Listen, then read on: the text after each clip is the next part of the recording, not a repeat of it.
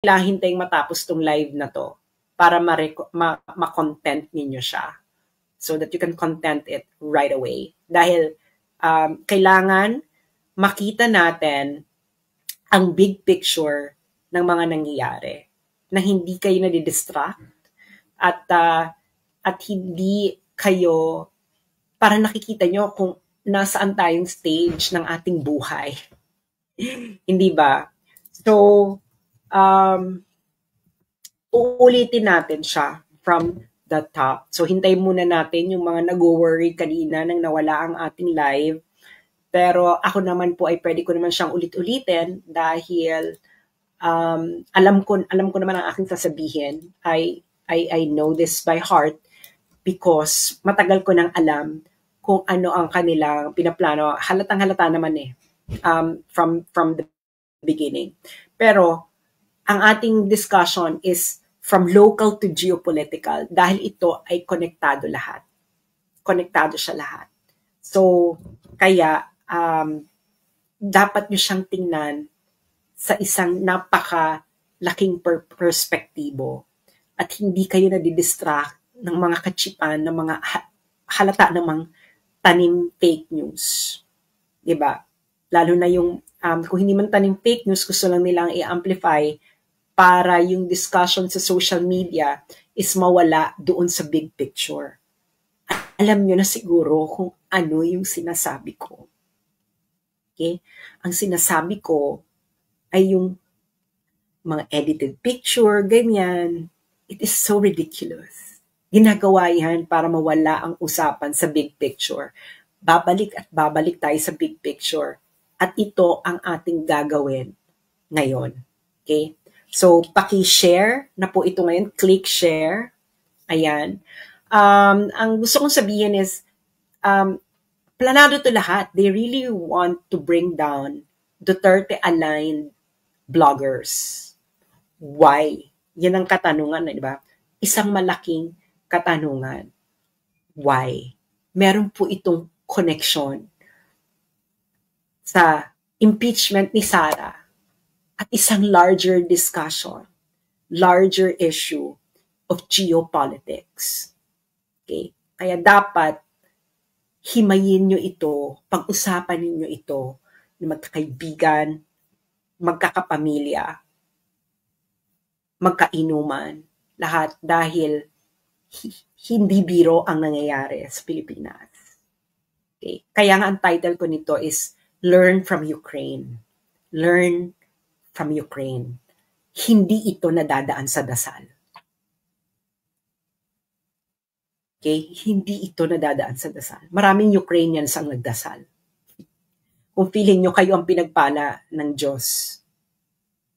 Again, learn from Ukraine. Okay. Now, ano ba itong sinasabi ko? Mag-uumpisa tayo from the top. Okay. Alam niyo naman yung nangyari sa SMNI. Una nilang tinarget na pabagsakin ay SMNI. And then, Pastor Apollo Kibuloy. Tagal ko na silang, si Maharlika, nag-warning na siya dyan, matagal na. Warning ako. Remember, I think it was 2023, simula nilang pabagsakin ang SMNI. Bakit SMNI? Una-una, SMNI ay ang tanging talagang makikita mong pro-Duterte na media. Correct? Gusto nilang pabagsakin. Kaya nga ilang beses nawawala ang Facebook accounts at YouTube accounts ng SMNI. At anong ginagawa nilang paraan para mawala at maban sa Facebook or sa YouTube ang SMNI? Kunwari magsasampa sila ng mga kaso-kaso, tapos yung mga kaso-kaso, dadali nila sa YouTube at Facebook at sasabihin, oh, itong user na to, ganito, ganyan. And Facebook will oblige. Lalo na kung merong investigation, meron ng ganito. Ganyan ang kanilang taktika. Ginawa na nila to before. And remember, ang gusto nilang gawin ngayon, lalo na sa akin, and I will explain to you why. Okay? Ako mismo ang target nila. Um, remember yung ginawa nila kay Donald Trump? Tinanggal nila Donald Trump sa Facebook and Donald Trump sa Facebook. Kahit sa Twitter. Do you remember? Do you remember? It is the same thing that they want to do. Nagawa nga nila kay Donald Trump yan eh. Noong 2020, kailan man na-ban si Donald Trump? I think so 2021. Paano pa tayong simpleng Pilipino lang at mamamayan? Hindi ba? May himay-himay nyo itong lahat. Okay? I-discuss ko ito ng paunti-unti. Uumpisahan na ngayon natin sa sinulat. May battle plan talaga sila because katulad na rin ng nireport ng Rappler. Okay? This is a report by Rappler. January 16, 2025. Okay, January 16, 2025. Ang title, Decoded, Duterte's social media army, very much alive, roars to defend and battle Sara Duterte. Okay. So, they recognize na talagang hindi nila kaya ang Duterte-aligned bloggers and their influence. Okay. Siyempre, kailangan ko na magbayad. Kanina hindi ko naman kailangan magbayad. So, dito sa article na to, okay, na-recognize nila na outnumbered sila. Na halimbawa ito,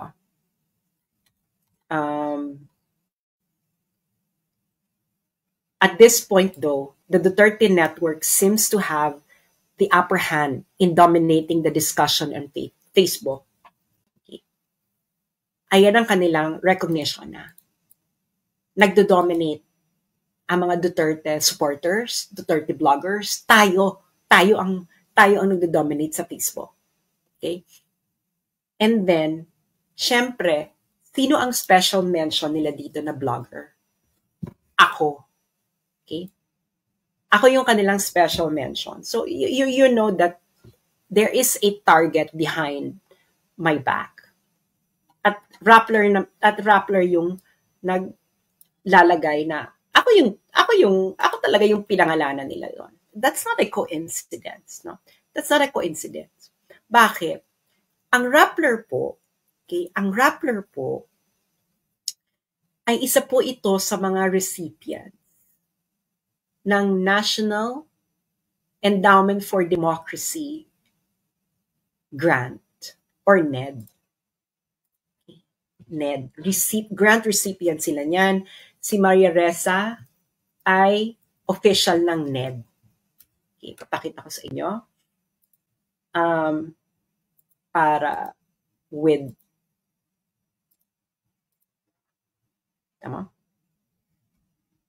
NED.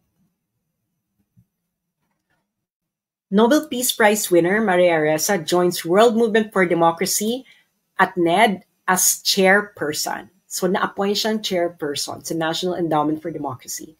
October 3, 2022. Okay. Alam niyo na. Alam niyo na. Okay. Now, ano ba yung NED? Okay. Siyempre, ang uunahin na muna natin is isang discussion of NED or National Endowment for Democracy ng isang galing mismo sa United States. Okay? Siyempre, doon muna tayo mag-uumpisa kung ano tong NED. Binatikos na rin ni Elon Musk before itong NED, pero hindi pa niya itong magalaw, yung NED. Ang nagagalaw pala niya is USAID. Okay. So, halimbawa ito, noong February 3, 2025, Elon Musk, sabi niya, NED is a scam. Pero hindi pa niya magalaw. Bakit mahirap itong galawin ni Elon Musk? Dahil, pakishare muna yung mga karating lang habang hinahanap ko pa yung renewal. Yung mga nagre-content, anuhin nyo na lang ito, video capture nyo na lang din bago kayo mag-antay na matapos ito. Okay. So, Ito ay sinulat ng Center for Renewing America. So, sino ba itong Center for Renewing America? This is an American NGO, okay? And this is based in the United States. Asan ba ang contact nito? Who we are. Okay, so it is a NGO based in the United States, and ang office nila ay ano nakalagay na office. But this is a base in the United States. Okay. Now, meron silang sinulat about National Endowment for Democracy. Okay. So, ang nagsulat nito is a CRA staff, Center for Renewing America, the National Endowment for Democracy, and an NGO system actively undermining America. NGOs have become the vanguards of progressive orthodoxies. Many of these quasi-independent organizations fuel woke and weaponized ideologies and a whole-of-society approach that steers government resources towards radical progressive priorities. So, this is an American organization, ha? Sila lang nagdi-discuss. So, sino tong NED? Okay, NED, National Endowment for Democracy.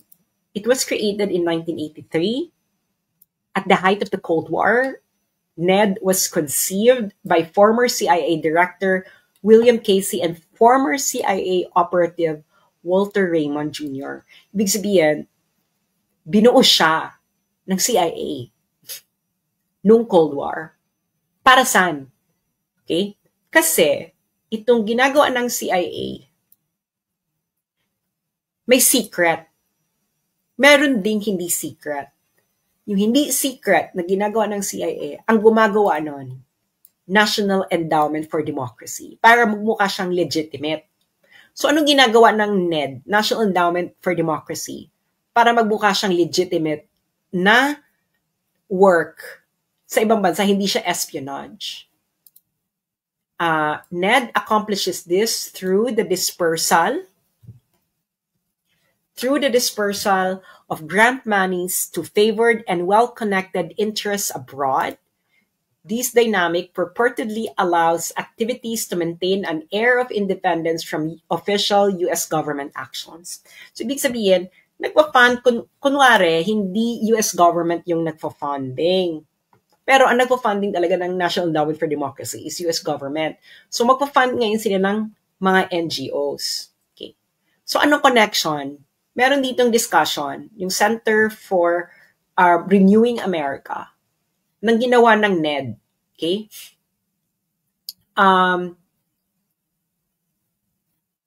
Training and financing key political movements in Egypt, Yemen, Libya, and other nations that sparked the so-called Arab Spring. In 2011, directly contributing to the geopolitical turmoil that has engulfed the Middle East over the 13 years. This is a discussion of Center for Renewing America. This is a think tank, a conservative think tank based in the United States. Anong di-discuss ito? Among the groups unintentionally empowered by NED's pro-democracies meddling in the Middle East are radical jihadists like the Houthis in Yemen, the Al-Nusra Front in Syria, and the Islamic State, otherwise known as ISIS in Syria and Iraq. Eto na, pupunta na tayo sa Ukraine. NED served as the tip of the proverbial spear for heightened CIA and State Department efforts to foster political revolution in Ukraine. So yung steady stream of NED grants to Ukrainian political entities and movements advanced both the Orange Revolution and Maidan Revolution that paved the way for the current Ukraine-Russia war. So, sino pinandingan ng CIA founded NED sa Ukraine? Ito sabi ng Center for Renewing America. na isang think tank, conservative think tank sa United States.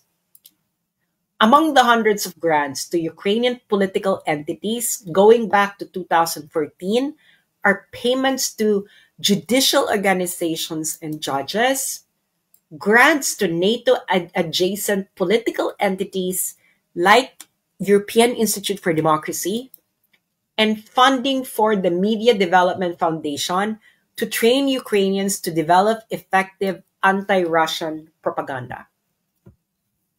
Nagigets yun na. Ang nagsulat nito ay isang conservative think tank sa United States, ang Center for Renewing America. So yun ang kanilang pinundingan. Okay.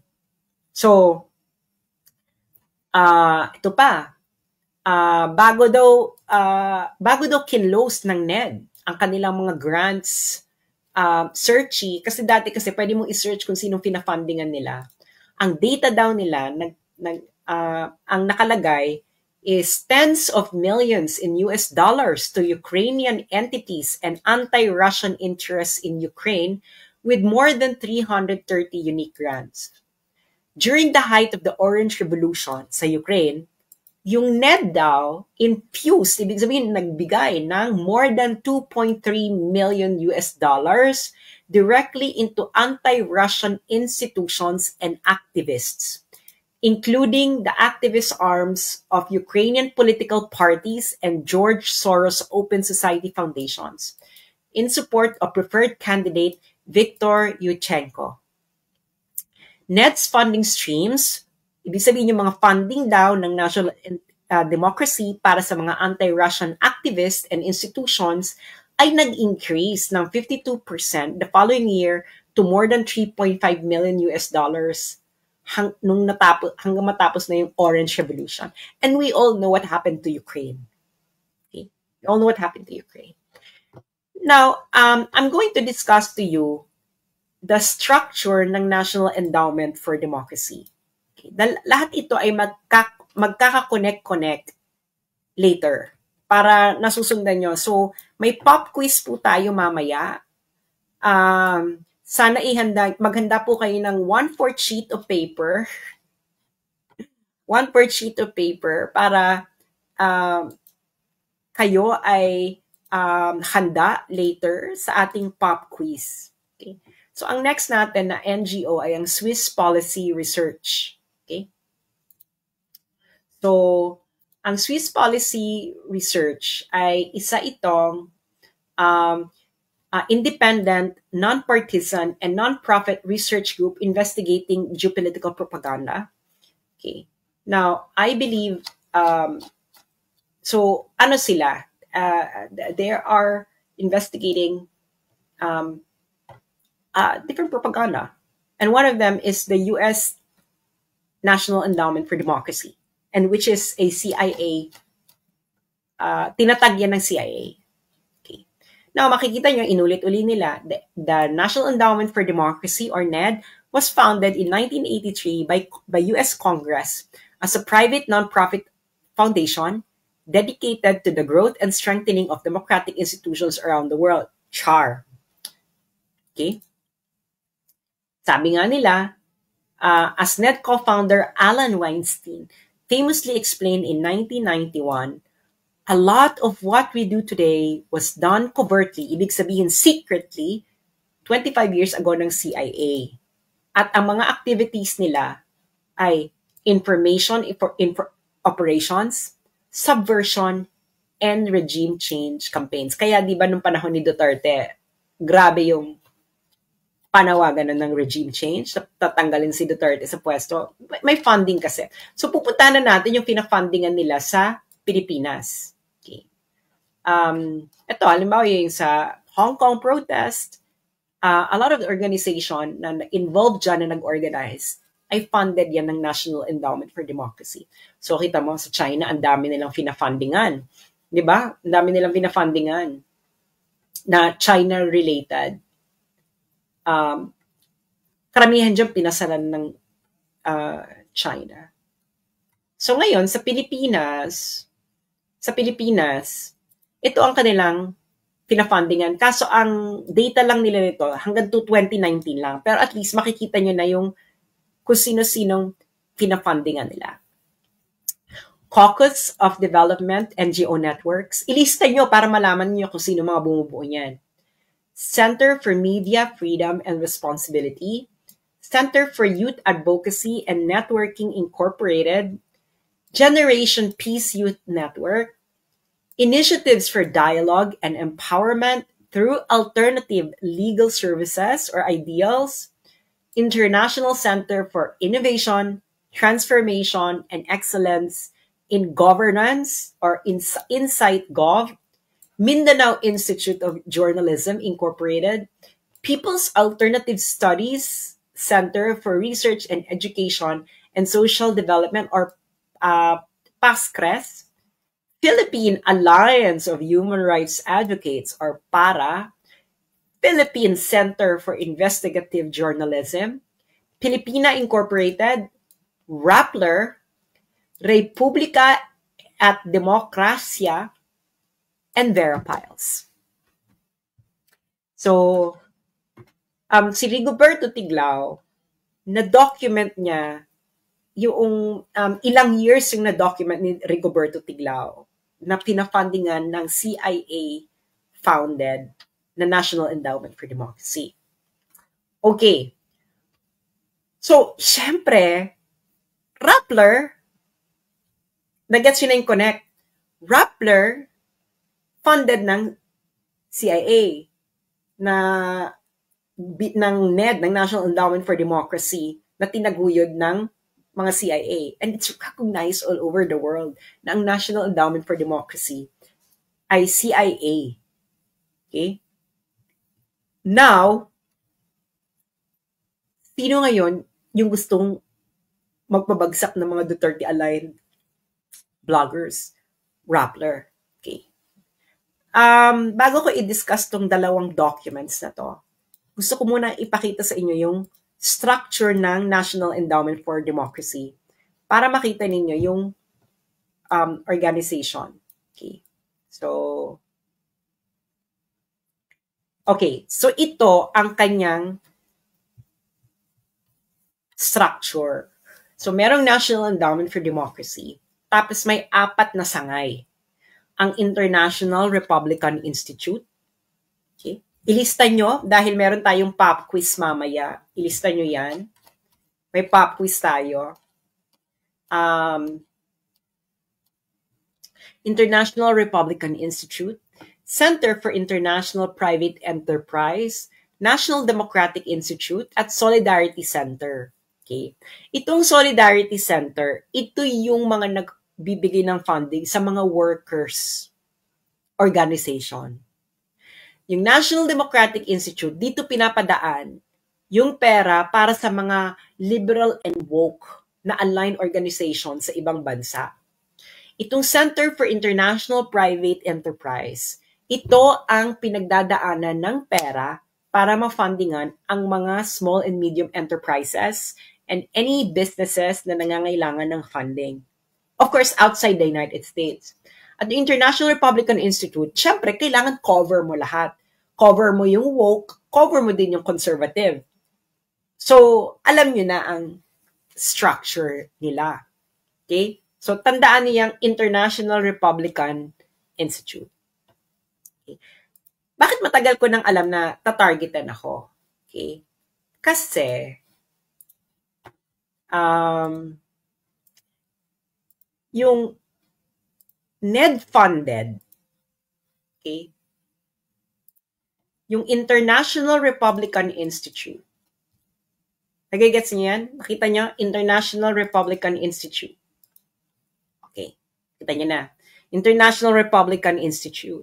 So itong International Republican Institute na under ng CIA na organization, na National Endowment for Democracy, nag-publish sila ng isang report noong 2023. I believe ni-release nila to ng June 2023. Ang title, Countering China's Information Manipulation in the Indo-Pacific and Kazakhstan, a Framework for Understanding and Action. So nakita niyo yung sinabi ng Rappler, di ba? Pro-China, Duterte. Tapos, nakita niyo naman nung hearing, di ba? Papakita ko sa inyo nung hearing kung ano yung kanilang gustong palabasin. Okay? Di ba? Para makikita nyo ang pagkatahi-tahi ng lahat at nakikita nyo ang big picture. So, yung mga kapunta pa lang dito, paki-share po ito. Okay. So, nakita nyo na ang mga China-funded seminar for Filipino social media influencers ex-PCO chief admits. So, ayan ang isa sa kanilang mga ayan ang kanilang mga eksena sa buhay, hindi ba? So, nakita niyo yung pagkatahi-tahi ng lahat. At alam niyo na rin kung bakit nagtatag sila ng pro-China, etc. Because may pera. Okay, now, pupunta ngayon tayo dun sa report ng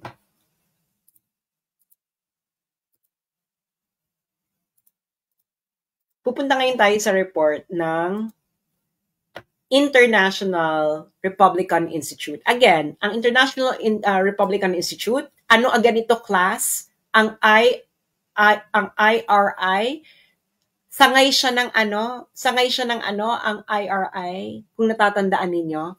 Sangay ng anong organization ang IRI? Please write in the comment section kung natatandaan nyo.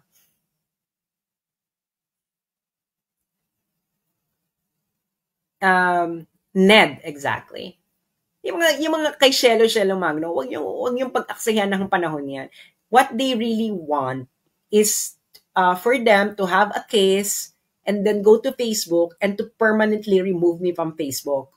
Well, we have a bigger picture here. Yung mga ganyan Shelo Magno, they are simply little figures in the bigger story. Okay. So, nirelease ito ng IRI. So, natatandaan nyo kung anong part ng IRI. Noong 2023. Pinublish nila to ng mga June 2023. Okay. June 2023. Kailan biglang nagpalit ng foreign policy? Si Marcos, BBM. February 20, mga late January 2023. February 2023. Di ba biglang dumami yung EDCA. At ako ang very vocal noon against EDCA. Kung natatandaan nyo.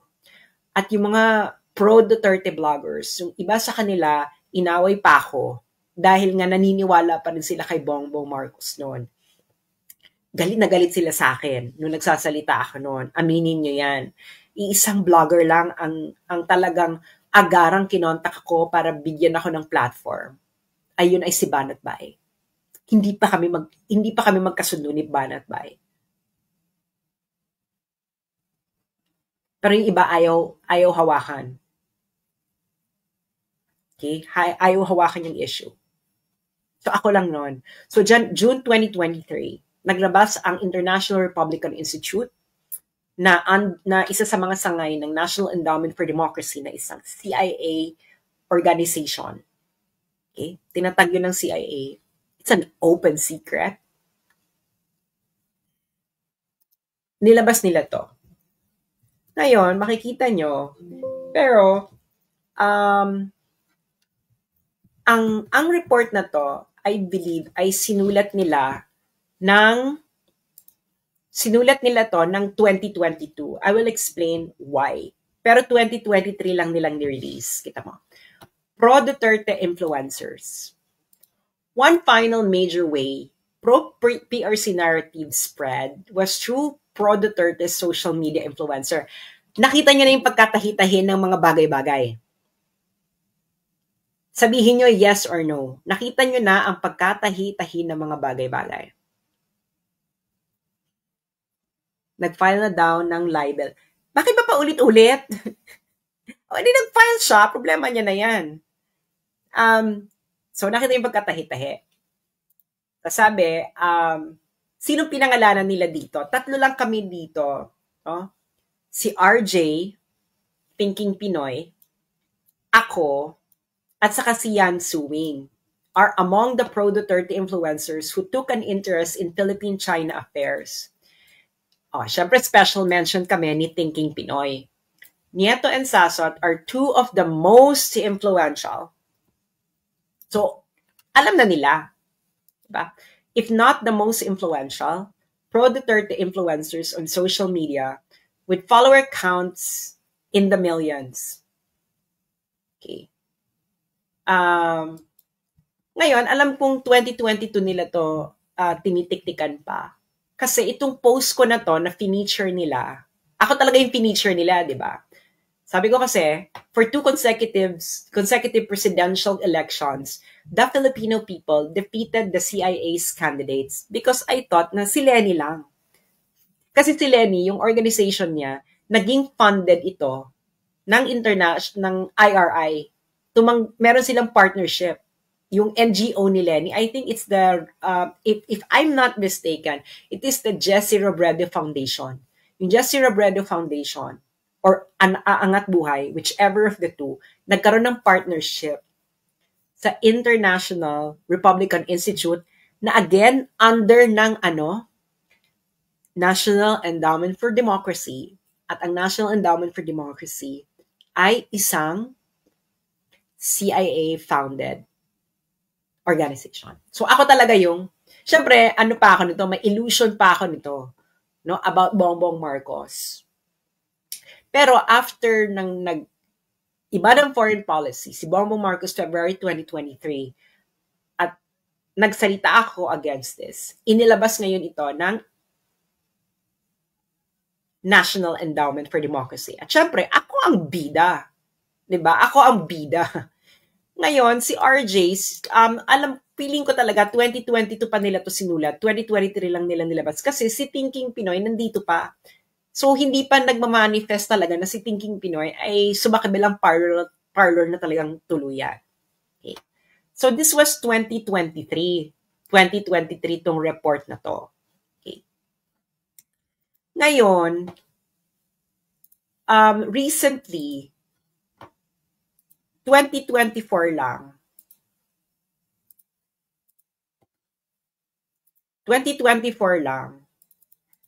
Ang naglabas naman ng report ay, ano yan?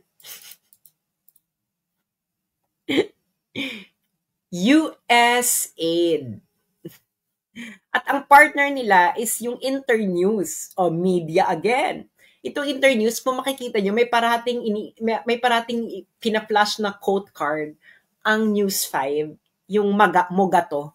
Siya yan behind dyan sa Internews, si Mogato. So, USAID, di ba? Nirelease to ng August 2024. Yung Internews, funded yan ng USAID. Okay. So, ngayon, ano ngayon ang agenda nitong report na to? So, yung kanina 2023, nirelease ng June 2023. Ito yung pinakabago. Nirelease ito ng August 2024. So, sino ang nag-funding? United States Agency for International Development. Hindi ba? So sabi, it does not necessarily reflect the views of USAID or the United States government. Siyempre, etos garbanzos. Sila nag-funding. Okay. So ngayon, ang eksena ngayon dyan, okay. Pupunta ngayon tayo sa eto na, pro-Duterte's social media accounts. Okay. Siyempre, ako na naman, no? Ako naman ang nandito.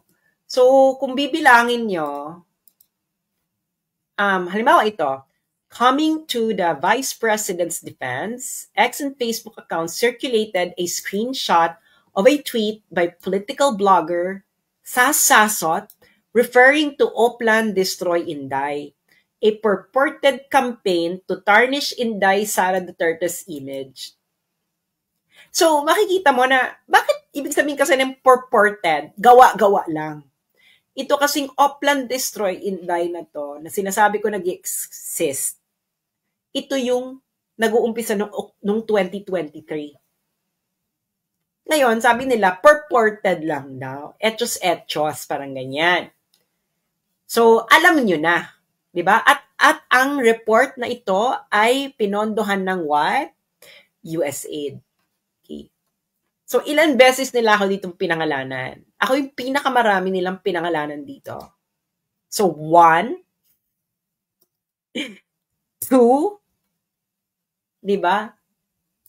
2, 3, 4, 5, and 6. So, 1, 2, 3, 4, 5, 6. 6. So, talagang bonggang-bongga, super bongga. So, ako talaga yung, ayan na naman, pro-China, etc. At sinong funded nito? USAID. Alam naman natin ang iringan ng US ngayon at ng China. Okay. USAID. So ngayon, naiintindihan nyo na ngayon, I hope naman, natahi-tahi nyo na kung anong nangyayari. Diba? Now, bakit ako ang target?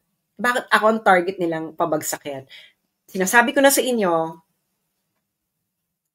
mag-subscribe na kayo sa Substack ko because it will just be a matter of months before nila ma-convince ang Facebook to permanently delete me from Facebook and ban me. Nagawa na nila yan before sa ibang personalities. Nasabi ko na sa inyo. Kaya ngayon pa lang, okay, kasi gusto nilang i-dominate ang narrative pagdating ng impeachment ni Sara. Okay? Kasi ang battleground ng public opinion ay Facebook. Okay? Facebook. At sinabi ng Rappler, Duterte supporters at bloggers ang nagdo-dominate. Okay? So, patalastas lang, ito, i-download nyo na tong Substack. Itong makikita nyo, yan ang Substack. Sulat nyo na. I-download nyo na yan. App yan sa Google App or Apple App. Okay, Substack. Sulat nyo na yan. Palalakihin ko para makita nyo. Substack, yan ang pangalan niya.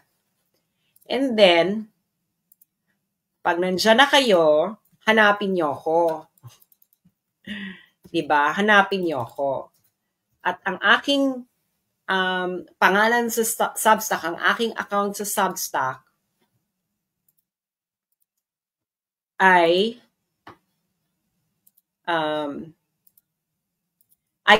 ito. Okay. This one. So, isulat nyo na kung sino para hindi na pa ulit-ulit. Ilang beses na rin ako nagpo-post sa Facebook. So, yan, Asian Scholar. At Asian Scholar. Okay. At Asian Scholar. Okay. So, ayan na. Okay. Ngayon, they would like to dominate both foreign policy and, of course, local politics. That's the entire game. Okay? Bakit ako yung talagang gusto nilang pabagsakin ng bonggang-bongga? I'm gonna show you. Okay? Because of my reach. Okay? So, itong aking pinaka-latest na reach. The last 90 days. The last 90 days, ang views ng aking Facebook, views, ibig sabihin ng views, ilang beses nag-appear ang aking content sa mga news feeds. Okay? In the last 90 days. Last 90 days, 379,308,749. At previous 90 days, about 99 million. So, yung previous 90 days, sobrang laki na. Tapos, nung sumunod na 90 days, itong current 90 days, 379,308,749. At ako pa lang yan. And this is all organic. Okay? This is all organic because wala pa akong pambayad. Kahit gusto kong magbayad, naka-disable po ang boosting function ng aking page. Matagal na. So, this is all organic. Okay. Ngayon, anong engagement niyan? Okay. So yan, yung views, ilang beses nag-appear yung content ko sa news feeds ng mga Facebook users. And take note, there are only about 90 million Facebook users in the Philippines. Pero ako, about 300 plus million nag-appear sa newsfeed ng mga newsfeed ng Facebook users, mostly from the Philippines, ang aking content. Ngayon, ano ang engagement niyan? Ang engagement niyan ay, engagement rate ay 55,416,973. Yung engagement, ito po yung number of likes, share, comments. Read. Kung binasa mo, kung kilik mo yon, binasa mo, that's an engagement. Shinare mo, that's an engagement. Shinare mo sa group mo, that's an engagement. So in the past 90 days, my engagement is 55,416,973.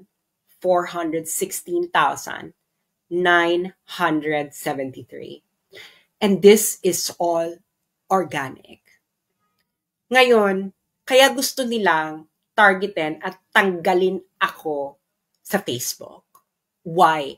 Because hindi nila kaya ng ganito na hindi sila magbabayad. At mahal. Ipapakita ko sa inyo ang sample kung gaano kamahal ang gawin niya mga ganyan. Okay. Ito ay shinare sa akin ni Art Samaniego. Okay. Ito ay ang mga top advertisers ngayon sa Facebook. Ang number 1 ay Pilipinas Today.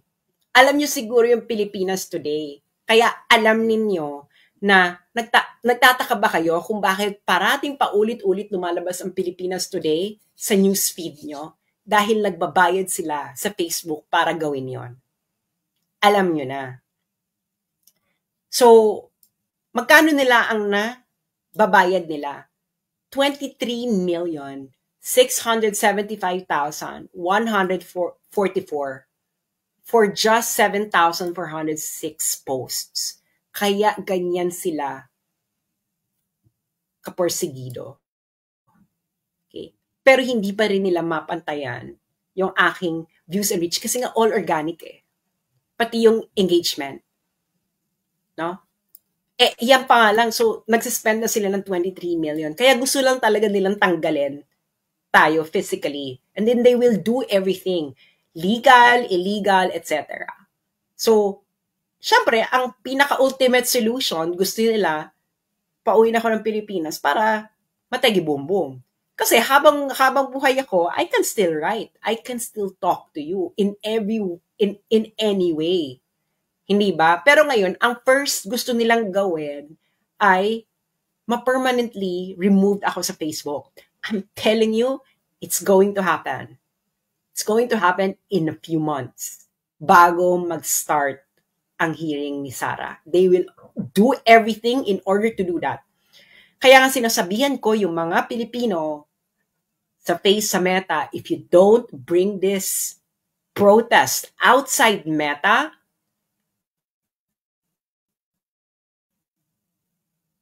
they will dominate Facebook during the impeachment trial of Sara Duterte. So bahala kayo. I'm already telling you. So ano yung mga example ng ads ng Pilipinas Today na nagbabayad sila ng 23,675,000.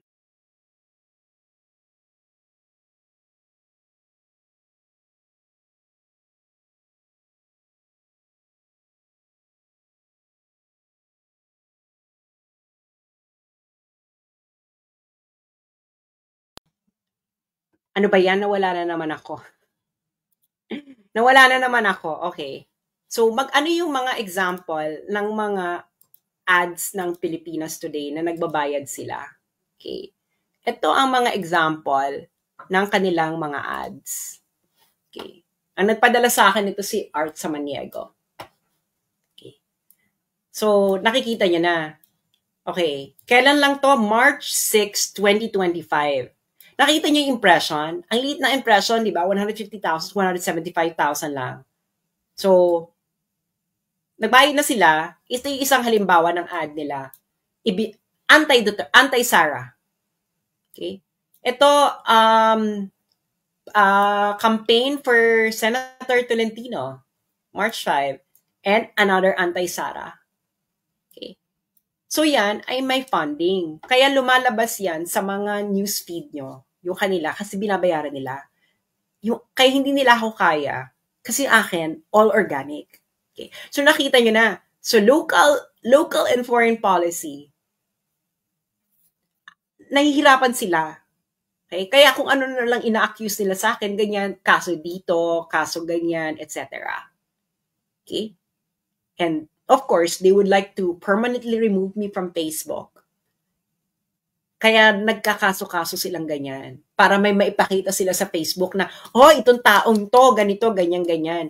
And in the United States, remember, they did that to Donald Trump. That's why Donald Trump was removed from Facebook. He was banned, even sa Twitter. Remember? They will do the same. Okay? They will do the same. Now, ano ngayon yung paano na tayo? Palaki na tayo ng palaki, di ba? So, meron kang local, meron ding geopolitical. Okay. So, nakikita niyo yung mga accusations nila, di ba? Yung sinabi, ito, yung mga pro-China, ganyan, etc. So, I'm gonna show you what happened sa Ukraine about 1 year before nagkaroon ng gera. Nireport to ng Al Jazeera noong February 5, 2021. This was like about a year before the Ukraine-Russia war. So ngayon, anong ginawa ni Zelensky? Si Zelensky, binan niya ang mga pro-Russian media. So, pinasarado niya ang 3 television networks na sinabi niya ay nagsispread ng Kremlin-funded propaganda. A development the US has reprimanded. So, ibig sabihin, nagalit pa yung EU noon, February 2021, sa ginawa ni Zelensky. Siyempre, afterwards, hindi na nagalit ang EU. Pero una, nagalit sila. Char. So, ngayon, palitan nyo lang. 'Di ba? Palitan nyo lang yung Kremlin ng Kremlin is the capital of Russia, capital ng Russia. Kremlin is the seat of power of Russia. So palitan mo lang yung Kremlin ng what? CPC. Russia, palitan mo lang ng China. Same banana. Hindi ba? So nakita niyo na yung ginawa nila sa SMNI. So SMNI yung una nilang pinasarado. Ngayon, ang tina-target naman nila, di ba, hahanap sila, ito ang mga pro-China bloggers. Papasara din nila yan. Daan na sila patungo. Which Zelensky actually did. Pero ang target niya, pro-Russia. Okay? So ngayon, nangyayari na rin sa atin. Kaya ang tagal ko na ang sinasabi na we're going to be the next Ukraine. Kung hindi kayo magising. Kung hindi kayo magising, sinasabi sa inyo, hindi ito biro, hindi ito nadadaan sa dasal.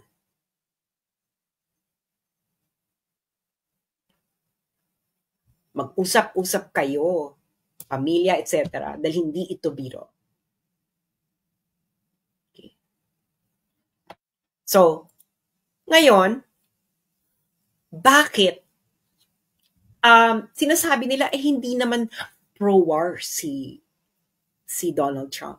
Yeah, as a person, hindi siya pro-war.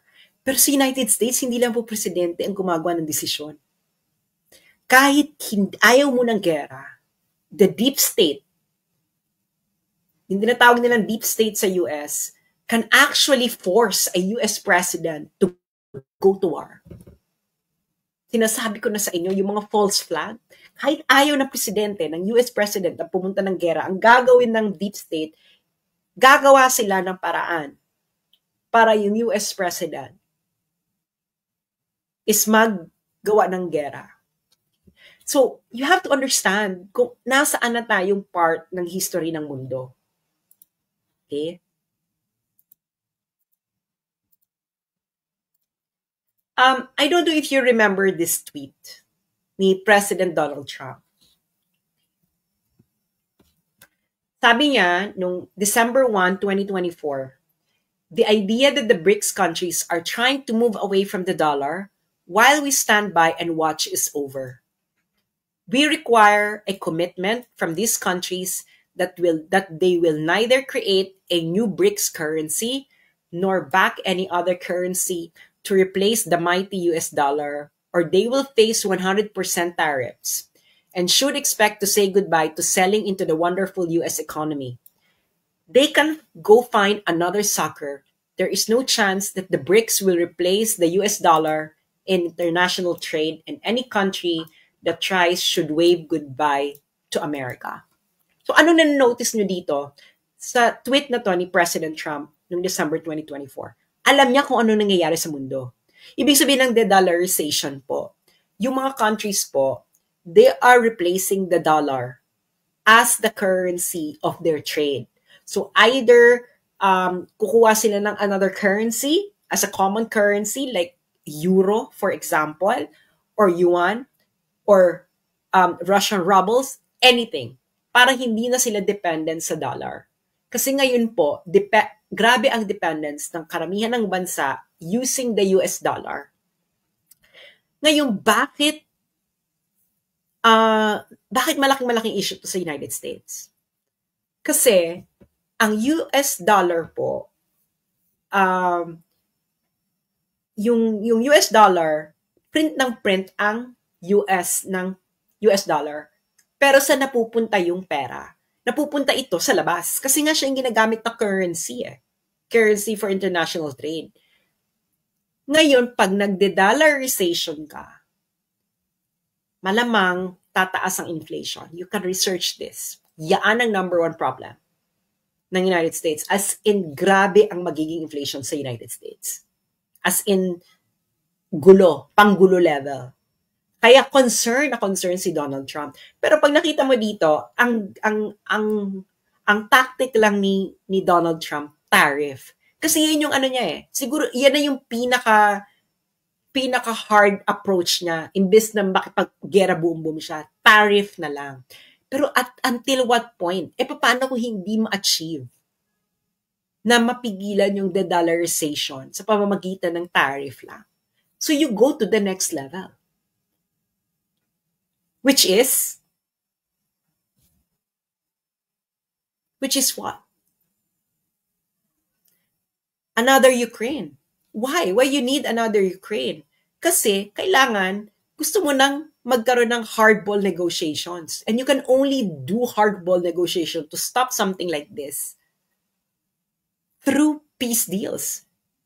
Because peace deals create a new order. No? Lalo if you would like to favor yourself. Hindi, China and the United States, hindi sila direktang maggaganyanan. Why? Because they are both nuclear powers.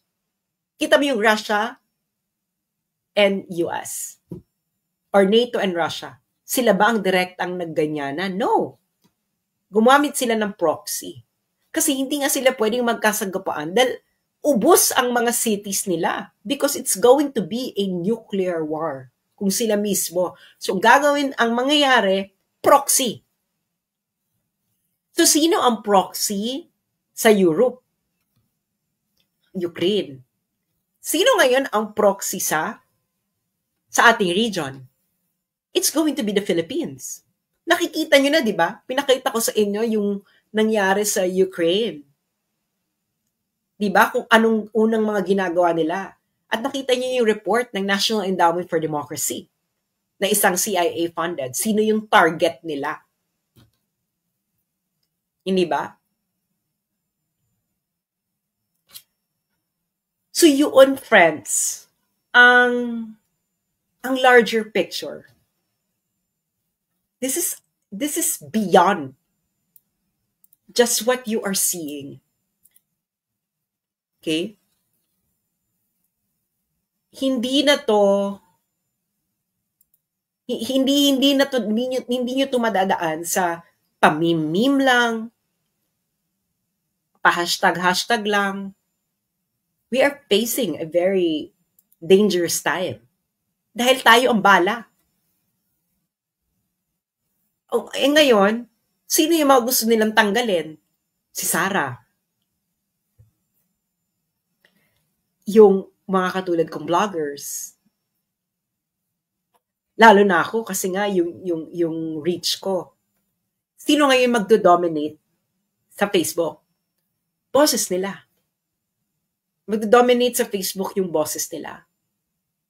At dahil nagdo-dominate yung kagustuhan nila, then it's very easy for them to sell the notion to the Filipino people that, hey, you need to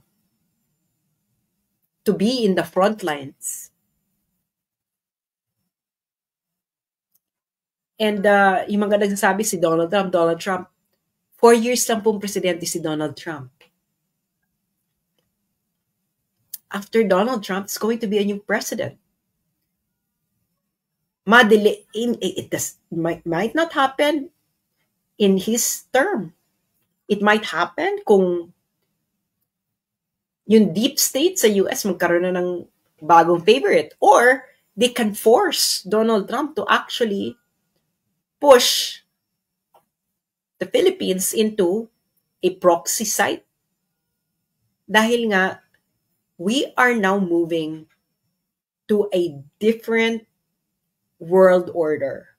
Sinabi ko na yan ang tanong ko noon, di ba? Kay Bongbong sa Deep Probe. And and now I know what he might want to do. So, ang masasabi ko lang sa inyo, well, I will not shut up. No? Kaya pumunta kayo sa Substack. They might remove me from Facebook, etc. But I will not participate in their drama. I will just keep on writing. And I hope na i-share nyo rin. Pag-usapan ninyo mga magkakaibigan. I-share sa mga kaibigan nyo. I-share nyo sa Facebook ninyo. Go to Substack. Okay? Go there. Okay? Para doon nyo, sinasabi nyo, mag-open ko ulit ng Facebook. No, they will just keep on removing it. Kaya doon tayo sa Substack. Because diretso sa email ninyo or sa app ninyo, they wouldn't even know, then you can forward it to your friends via email. Pag-usapan ninyo. Okay?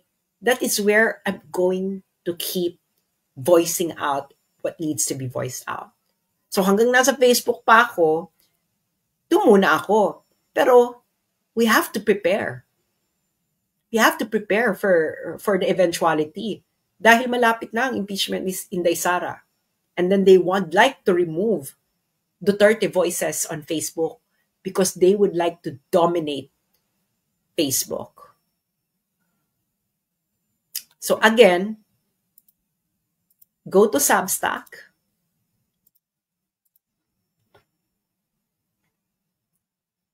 Okay? Ito ang aking username. Screenshot nyo na kung kaya ninyo. Substack.